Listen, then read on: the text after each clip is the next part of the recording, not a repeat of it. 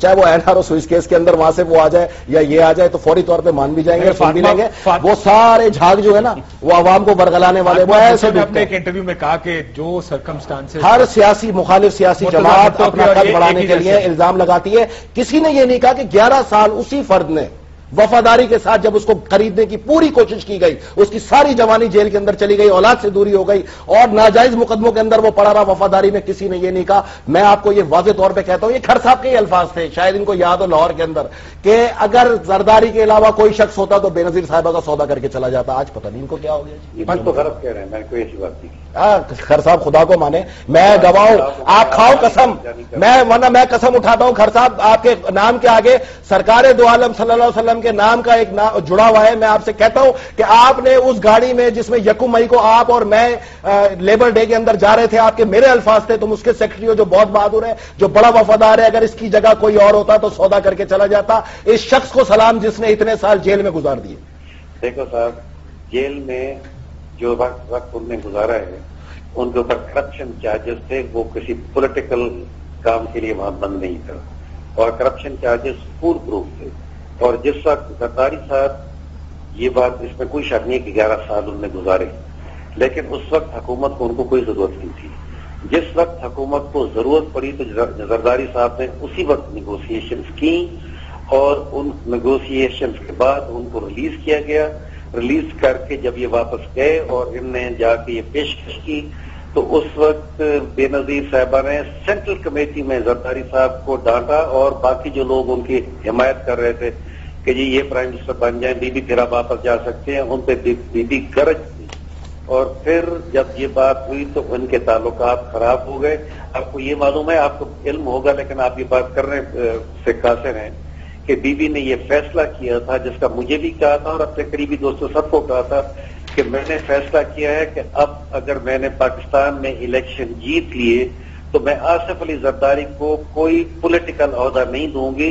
ان کو کہوں گی کہ آپ ملک سے باہر بزنس کریں. اچھا، آپ سے صرف میرا ایک چھوٹا سا سوال ہے خر صاحب، ایک چھوٹا سا سوال ہے. کبھی آپ سینٹرل ایگزیکٹو کمیٹی کے ممبر رہے پچھلے 15 سال میں؟ یہ بات تو بہت لوگ کہتے ہیں ویسے. بی بی مجھے سننے دینا ان کی بات. آپ کبھی سینٹرل ایگزیکٹو کمیٹی کے ممبر رہے پچھلے 15-20 سال میں؟ کمیٹی کے میں کمیٹی کا بھی ممبر رہے. نہیں، میں ابھی یہ 15 سال کی بات کر رہا ہوں. لاسٹ 10 ایئرز میں بتا دیں خر صاحب، آپ کبھی سینٹرل ایگزیکٹو کمیٹی کے ممبر رہے آپ؟ بی بی نے مجھ سے یہ رائے نہیں، میں آپ سے خر صاحب چھوٹا سا سوال پوچھ رہا ہوں. میں آپ کی عمر کا احترام کروں گا، الفاظ کا احترام نہیں کروں گا. میں آپ سے صرف چھوٹی سی بات پوچھ رہا ہوں کہ آپ کبھی سینٹرل ایگزیکٹو کمیٹی کے ممبر رہے پچھلے 10 سال میں؟ آپ کو پھر یہی نہیں پتا کہ سینٹرل ایگزیکٹو کمیٹی کے اجلاس میں جو شخص ممبر نہ ہو وہ شرکت ہی نہیں کر سکتا؟ آپ تو کنفرم یہاں پہ جھوٹ بول رہے ہیں میرے منہ پر. میں تو سینٹرل ایگزیکٹو کمیٹی کا ممبر رہا ہوں. علاوہ اس کے کوئی اگر سینٹرل ایگزیکٹو کمیٹی میں آتا ہے تو اس کو باہر کر دیا جاتا ہے. رہی بات بی بی کی، تو بی بی وہ بھائی زرداری صاحب، وہ بھائی آپ بات سنیں نا، آپ تعامل سے بات سنیں. شیر پنجاب، آپ میری بات سنیں. مجھے تو سمجھ نہیں آیا آپ کو شیر پنجاب کا لقب دیا کس نے؟ شیر کے اندر تو 2 خاصیتیں ہوتی ہیں، یا وہ بہادر ہوتا ہے یا غیرت مند ہوتا ہے. آپ نہ بہادر ہو نہ غیرت مند ہو، آپ تو بگوڑے ہو. آپ تو بی بی کو 7 مرتبہ چھوڑ کے بھاگ گئے. اس کے آنسو جب نکلا کرتے تھے جب 18 اکتوبر میں زخمی ہوئے، آپ کہا کہ آپ کے تو جسم میں نشان ہونے چاہیے تھے. آپ نے تو اپنے ایک بیان میں کہا میں اس خوف سے آمریت کے خلاف کھڑا نہیں ہوا کہ میری قبر پہ کتے لوٹیں گے. تو خر صاحب، بگوڑوں کی قبر پہ کتے ہی لوٹتے ہیں. جو بہادر ہوتے ہیں ان کی قبر پہ ماتم ہوتا ہے، درود سلام کی محفل ہوتی ہے. بات کرتے تم جیسے لوگوں سے بات کرنا میری نہیں، تم جیسے لوگ کیا، تمہاری حیثیت کیا؟ تم پنجاب حکومت کے اندر 2% کے ملازم، تمہاری حیثیت ہی یہی تھی.